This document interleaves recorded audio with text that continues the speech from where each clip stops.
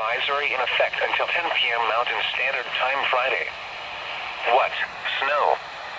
Additional snow accumulations of up to 6 inches north of Ogden and benches, 1 to 3 inches Ogden southward. Where? Cache Valley, Utah portion, northern Wasatch Front and Great Salt Lake Desert and Mountains. When? Until 10 p.m. Mountain Standard Time Friday. Additional details. Travel could be very difficult. The hazardous conditions could impact the morning or evening commute, including Interstate 15 and Interstate 84.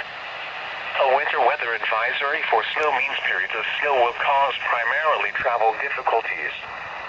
Expect snow-covered roads and limited visibilities, and use caution while driving.